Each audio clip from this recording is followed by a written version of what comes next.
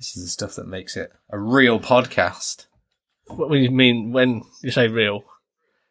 Is that going to be going off all fucking time again? Because it went off a lot during the Chad one, and the amount of shit I had to cut from that was starting to get ridiculous. So put it away, stuff it up your arse. I don't care what you do with it. Okay, I'm going to take off my watch. Yep, screen turned off. Is that it now? Is it on silent? Is your phone on silent for that matter? You're the only person I know that's under the age of 60. If it's recording, it should prioritise the recording. Okay, cool. All right. Warning, this podcast may contain bad language and listener discretion is advised because if you hear Tony's watch, you may want to throttle him. It wasn't that bad. No, it wasn't that bad, actually. They wouldn't have heard it anyway because I cut it all. Exactly. So, as far as they're concerned, nothing happened. But what about my pain, T? What about me? Who gives a shit?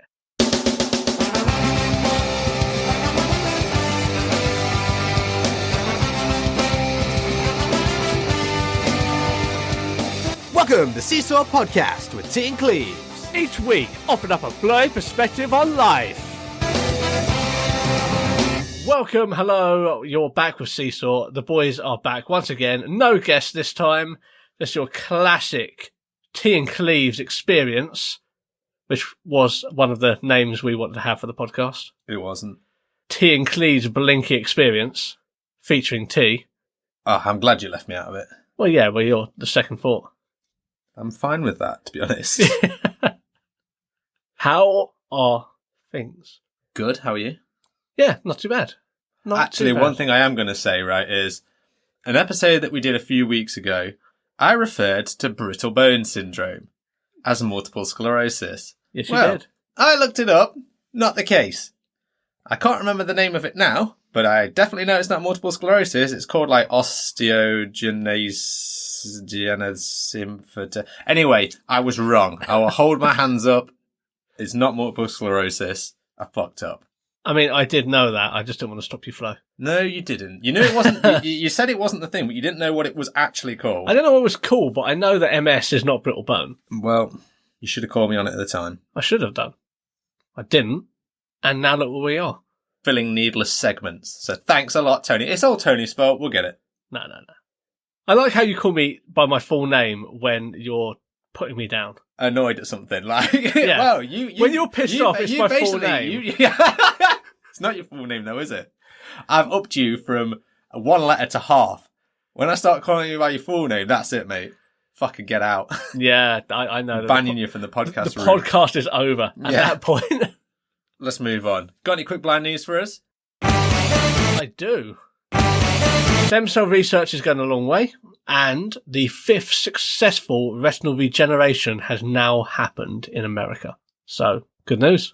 That's 5th regen of an eye, right? Yeah, well, it's the 5th time they've done it, and it's like been successful. What is it, a full eye or a retina? I'm asking questions. Yeah, fuck off. And that was quick blind news. Yeah.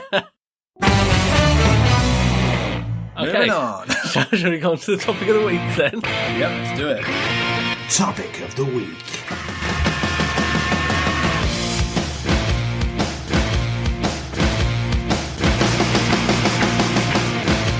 This topic was pitched to us by my wife. I mean, I didn't have to give her credit, but I'm going to. That's very good of you. But I feel like it's less giving credit and more chucking under the bus. In case it goes wrong. That is your MO, that is. This is not my project. This is not my topic. If it goes wrong, I'm washing my hands of the whole scenario. Wasn't me. Okay, that's fair. You're like, okay, that makes sense, yeah. Yep. Moving on for today. Today's topic is stuff you know now that you would tell yourself when you were young. So we're going to go, obviously, down a disabled way of doing this. Because I think everyone wishes they could go back and say to their younger self, buy stock in Apple. Buy Bitcoin. Buy stock in Tesla. It's all stock related, basically, is what we're saying. Yeah. What about, what if we go to now and we get like a sports almanac and then take that back instead? Did you not see the second film where everything went to shit because of Biff? Yeah, everyone got rich, right? I don't know. No, he got rich. There you go. It's not about everyone else. But then the world went downhill. Or at least that town. They had hoverboards. Oh, wait, that was the first one. Yeah. Whatever. Yeah. Get rich, baby. Great films. So, let's kick it off, shall we? What would be the first thing you would tell your younger self, Cleaves? Here's the first thing. I've got RP, but my particular symptoms only kicked in when I was round about 8 years old. So if I was telling my young self, sort of 5-6-year-old self, I'd be like, hey pal, shit's going to happen soon in a couple of years. It's not going to be good. You're not going to be able to see a lot of shit that you can see now at night. So go out, run around the streets, try not to get accosted by paedophiles, and make the most of your night visions. And your younger self will say, who are you?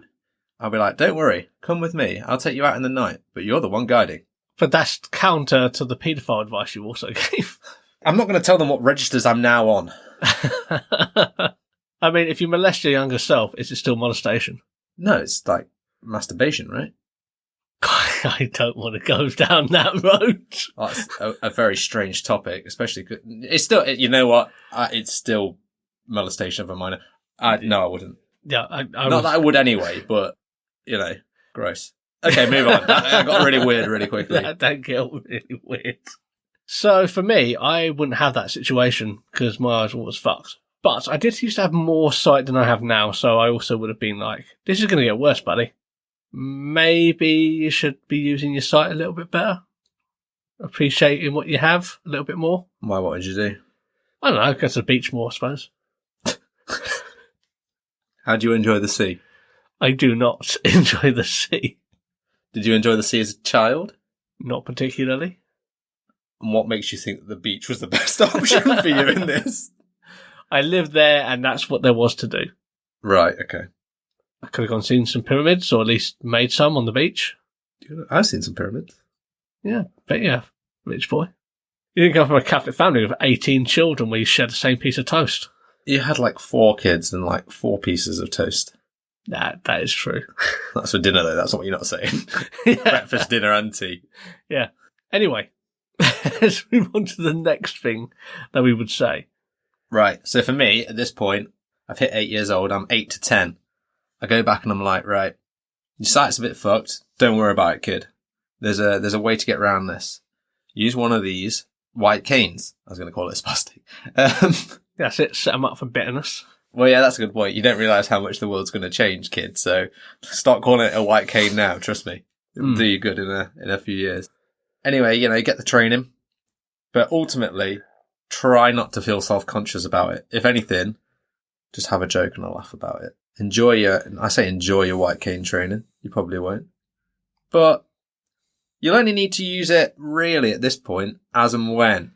So just take it with you as much as possible. Get used to having it around. But if you want to not use it in some scenarios, I'm not going to hold that shit against you, pal. Just use it where you need to. If you don't feel comfortable using it around your friends, get them to help you out. But don't be afraid to ask. I think that's also advice I give my younger self. Don't try and hide who you are, because I very much was in that wheelhouse of I'm not the disabled kid and I refuse to use my long cane, and that's why I have such shit skills now, because I was taught and never used it.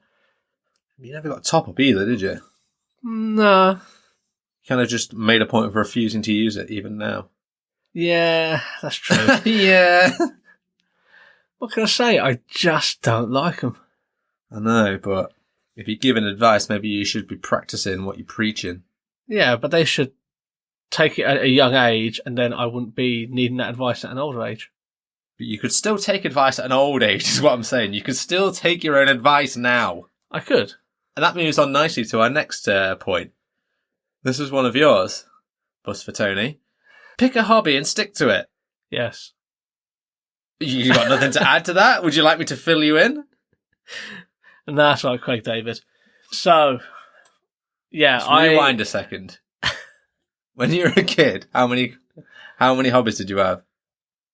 2, maybe 3. What sort of hobbies were there? What did you do? Judo, clarinet. Gay. You played clarinet as well, you bummed. I know I did. You still got it. I know. Because I'm gay. Nothing wrong with that, mate. And then I tried various other sports, football, rugby, that sort of thing. As a kid, you should try all these things anyway. True. I did basketball and rugby for a while, played clarinet, as we said, but it wasn't until you're a teenager where you start to get into stuff proper, as opposed to a kid where you just like going and doing stuff. So I really got into music in a big way when I was a teenager. But you were also in friend groups which were also into that. It was very music heavy. Well, that's what my teenage years were like. A lot of the time, school and social class was divided by musical taste. Not necessarily because of musical taste, but different social groups would be listening to certain types of music. So you kind of hung out with like-minded individuals. Whereas they're not really scenes anymore, from what I understand. Talking to Gen Zers, they just like certain songs by certain people, and that's absolutely fine. They like a bit of everything. They'll never know that persecution based on taste. Well, that's it. Part of me likes the persecution of it. Because because it was like a group mentality. Do you know what I mean? It was like a fuck you to everyone else, and you felt like you belonged to a particular scene or a group. Whereas now it's nice that it's all homogenized, but where's that sense of belonging? I think you were very lucky with who you had as a friend group.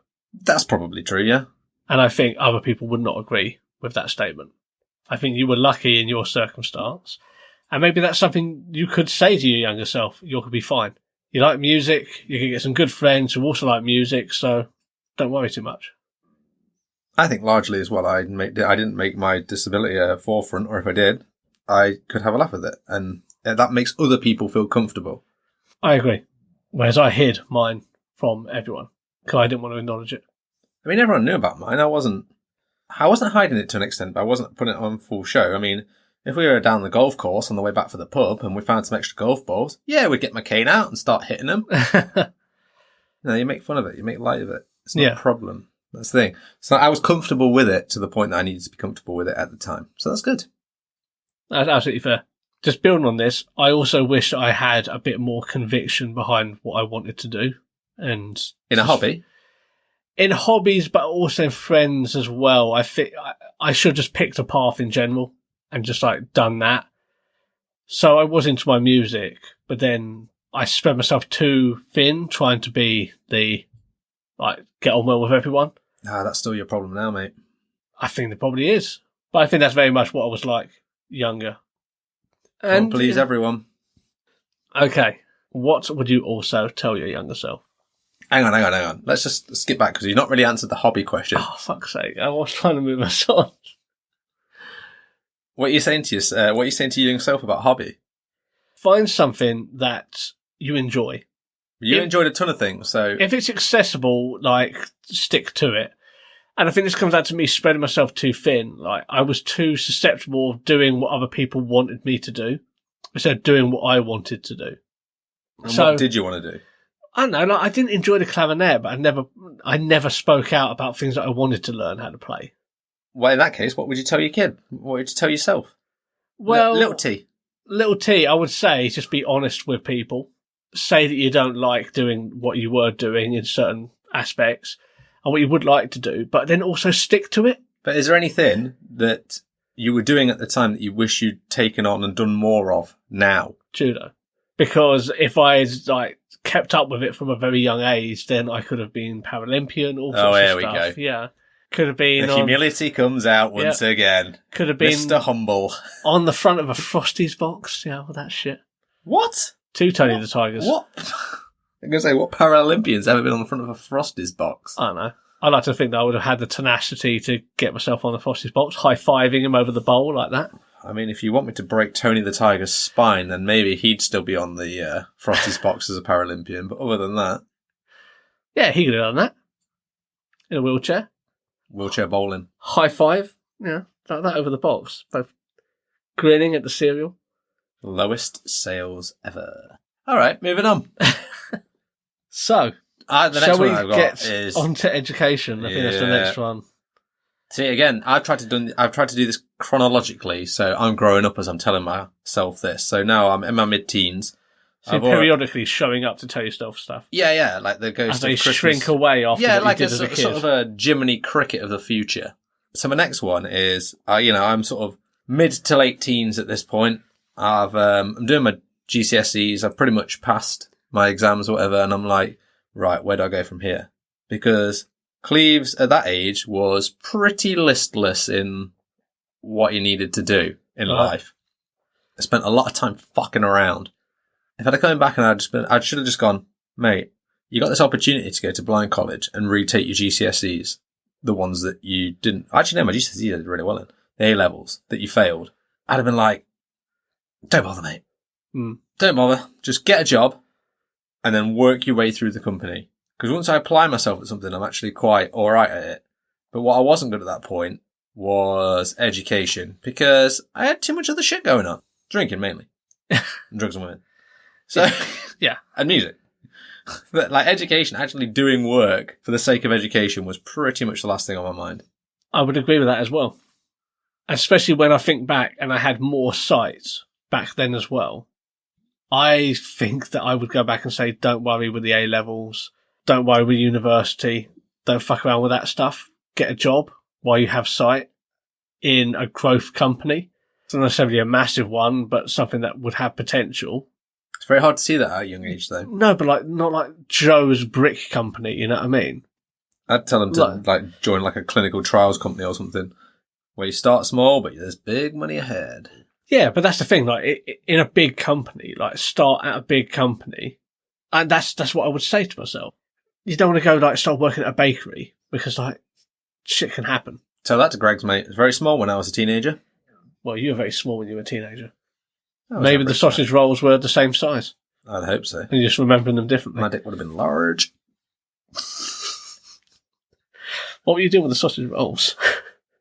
Well, taking the sausage out, for a start, just so there was a pastry case, if you will, and then you can fill in the rest. Put a different style of sausage in it. Yeah, exactly. One that's more greasy.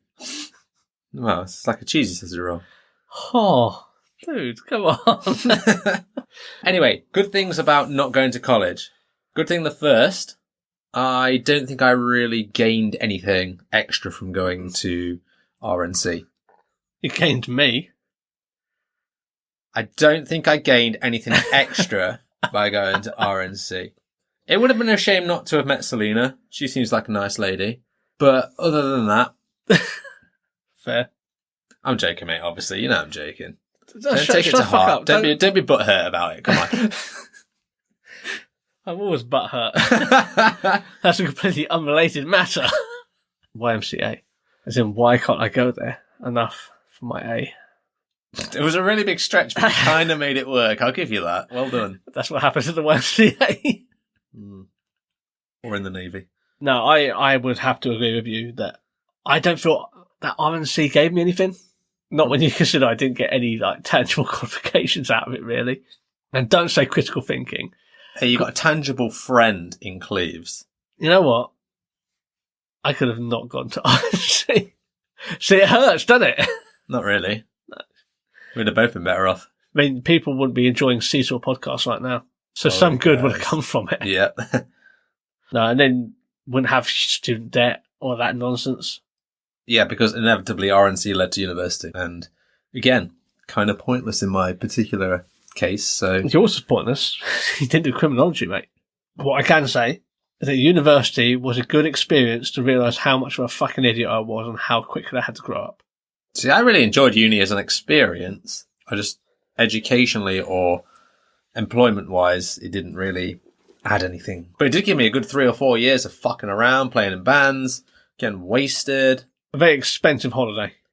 Well, yeah, but that expensive holiday you don't pay back until it's coming out of your employment check. But if you got a job at 16, you might have been on decent money by the age of 25. They could have gone on actual holidays. Yeah. It's very rare, though, I would say. People of that age can really apply themselves so young. Because you still want to go out and do all that crazy shit. True, but you also are going back and you're telling your younger self, like, what the score is. So you can say, like, you're going to want to enjoy yourself. Here's my problem. I remember my younger self, and if someone had come back and said, do this, I would have been like, fuck you. And I would have deliberately gone out and got fucked up. Which I was doing anyway. So I don't know, as I could tell myself all this, but I don't know how much good it actually would have done. It probably would have been me, a younger me, turning around to my older me and going, fuck off, mate. Well, there you go. Right, what's next up? Accept that there will be stuff that you won't be able to do, but find workarounds for these particular things, wherever possible. That actually is a genuinely good piece of advice that maybe my younger self might have actually listened to. I'm getting into late teens to early 20s now. Let's say university time. It's starting to dawn on me a little bit, as my sight starts to progressively get worse, that certain things I am unable to do, and I'm just going to have to accept that. I'm not going to be able to drive. Ever. It's not like technology is ever going to advance to the point during my lifetime that's ever going to be a thing. And I don't mean driverless cars. I mean, physically able to drive. So it's things like that you just got to accept. Try not to be too down about it. And if there's workarounds, just always find them. Let's say, okay, if I'm at my university stage, I used to play in a band back then, and a lot of shows used to be dark or used to have strobe or, just colourful lighting and stuff on the stage, which meant I wouldn't be able to see my equipment or the microphone. So I used to strap things like glow sticks to the microphone. So I used to be able to do it. That's a workaround. On my guitar, because a lot of the time I couldn't see the fret to start on, I used to use Tipex and make little blobby dots on the fretboard. So I knew where I was starting from at certain frets. There's always workarounds for everything. Well, I say everything. The workaround for a driverless car is, driverless cars are the workaround for not being able to drive is what I mean. Yeah. But if you can find a workaround, always look for one. If you can't originally do something, look for the workaround first.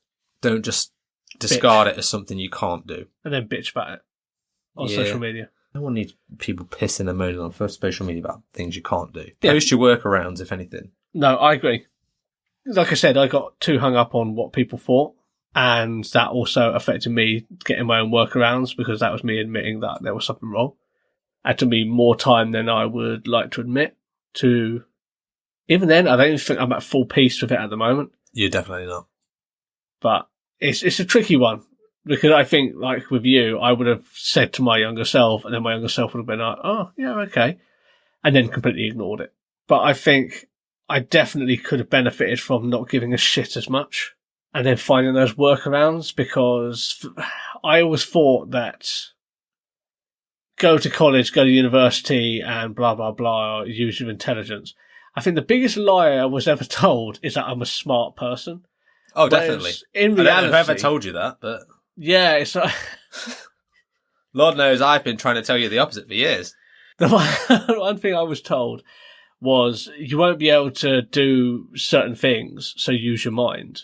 And that was sort of like misconstrued to me as being, oh, that must mean you're smart. It wasn't that.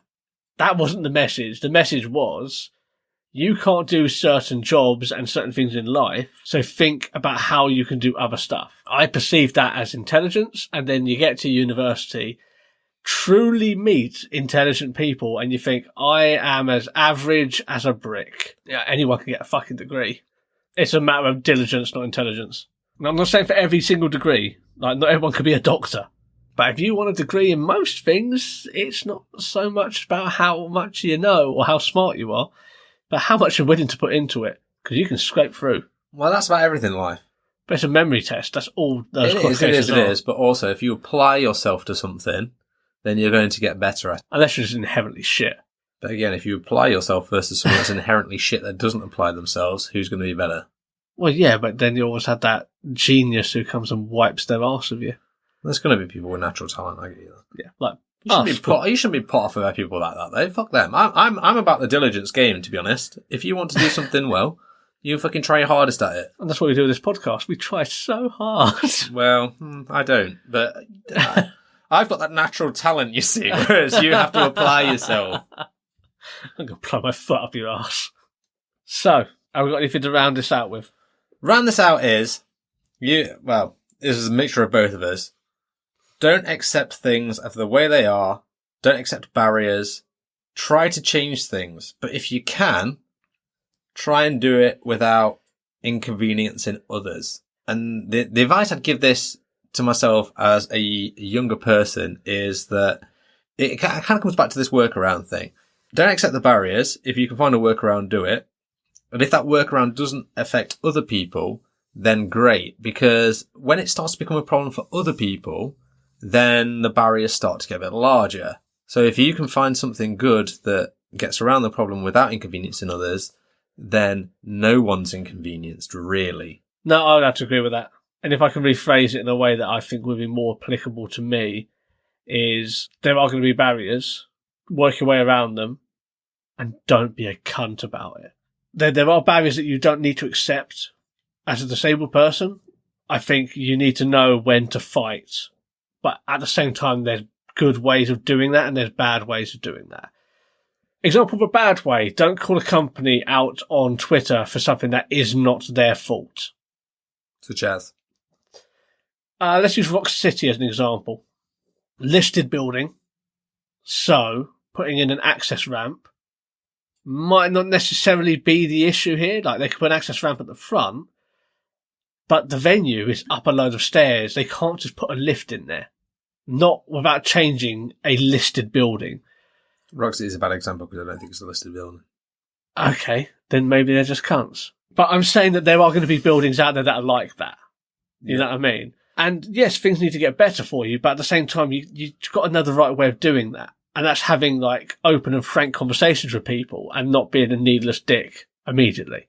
Also, they actually do have disabled access at Rock City because the disabled seating is actually on the balcony, so there is ways of getting up there if you just... Well, shut my mouth! So, if anything, not a terrible example, but I get your point. Okay, let's use it as an analogy then. Or another one would be, there's a lot of stuff on social media at the moment about guide dog users getting refused access and then kicking off at security guards and stuff like that. And just general members of staff. The opposite side of the coin is if you don't do shit like that, then things are never going to get better because people are essentially just accepting what's wrong with it. I'm not saying don't do it. I'm saying instead of having a conversation with them, get the manager out. Just say, I don't want to discuss this with you. Can I talk to the manager, please? And escalate it immediately in a calm way instead of just trying to make the clickbaity shouting at people before the manager shows up. That sells these days. It does, but at the same time, what are you trying to do? Are you trying to change minds or are you trying to get clicks on social media? Because the clicks, they don't translate to change. I don't know if that's true nowadays. You don't think? Well, this is the thing. I actually, when you were talking about that and escalating it straight to the manager, I kind of agree with that because it was kind of my mentality of if you can find a workaround and raise the issue and not inconvenience other people, great. But at the same time, I don't know where I'm standing with this now because just shouting about shit very loudly on social media, unfortunately, often raises it to such a level that people have to make a change because otherwise they're going to be socially crucified. But I don't think that's the case with disability. I think when you have a video of someone like kicking off about a guide dog access issue, that video might get 10,000 views. But how many of those 10,000 people are boycotting Pizza Hut because Pizza Hut have been the ones to do it? Sorry, Pizza Hut. I haven't seen any review in it. I'm just using it as an example. I don't think it's the case. I think it's just going to be more of a, oh, that's horrible. And they put in the comments, this is horrible. Retweet. Is that tangibly changing the issue? No. What would have tangibly changed it is calmly saying to the person, instead of getting your phone out and starting filming the fucking thing, turning around and saying, can I just speak to your manager, please? Get the manager down and say, look, you need to train your staff better. Do you know what the law is? Blah, blah, blah, blah, blah. And that helps the next person that comes in with that, who will experience this issue. I don't know. The easy the easy argument to make is Black Lives Matter, isn't it? And what happened with Floyd and going viral and everyone kicking back on it so much to the point that it became a movement. How long before that is the same with disability and people being discriminated against? True, but I think we're talking about degrees of magnitude here, and I don't think I hope there's never going to be a situation where it gets out of hand to a point of like a Floyd thing or a disabled person, because that's a magnitude over not being accepted into an Italian restaurant. But that is the difference. Okay, yeah, I'm not gonna lie. What I'm saying is that there's a case, significant jump from one to the other. And I can't think of many circumstances where one would go to the other. No, not easily. True. So I don't think they're comparable, to be honest. I see what you're saying, but I don't think they're comparable circumstances. I think the Black Lives Matter thing was much bigger and it was a much more institutional issue. And the thing is, but again, if you don't kick off on social media about the little things, it takes the big things like that for real change. And you've already said you don't want that kind of shit. So maybe shouting loudly about things that are medium-sized, if you will, in the grand scheme of things, is the shit that we need to be doing. But then you become a Gary. That person always You do. Like I say, I'm a little bit torn myself on where I should be on it. No one wants to be around those people. I don't want to be kicking off at some guy because he's not let me into something because I don't know. For example, people have not let me into a club before because they thought I was drunk, because I wouldn't be able to get up the stairs and I'm holding onto someone's shoulder, but clearly it's because I'm blind. You don't kick off at those. Well, I've never kicked off at those people because I understand where they're coming from, but maybe it should be the case that I am kicking off, because if I'm not kicking off, who the fuck is? People like me should be able to get into places like that. So I'm a little bit, I don't know. I'm not really sure what I should do on that. Maybe we should put it on the Spotify poll. Maybe. Kick off or not kick off? Yeah, okay. We'll put it on the Spotify. You can let us know your opinion there. What I will say is that's not really good advice to give to your younger self. Well, yeah. Okay, yeah. The advice I give to my younger self is... wait for the Spotify results. Pick your goddamn battles. 15 years' time. Yeah. No. I would say pick your battles. Okay, that's fair. Final thing I would say is things will be alright. Yeah. Don't fret the big things, because everything will work out in the end. Yeah, you're alright. You turn around to your younger self, go, don't worry, mate, I got married, got a house, got all this shit. You'll be alright. Yeah, exactly. And on that, shall we end? Yeah. So, from Seesaw, that's the end. That's the end. Goodbye.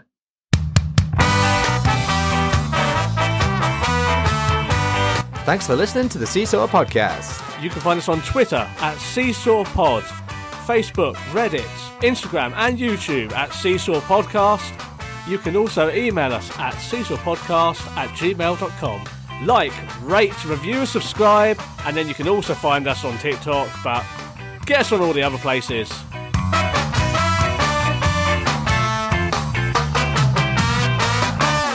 This podcast was recorded in front of a blind audience.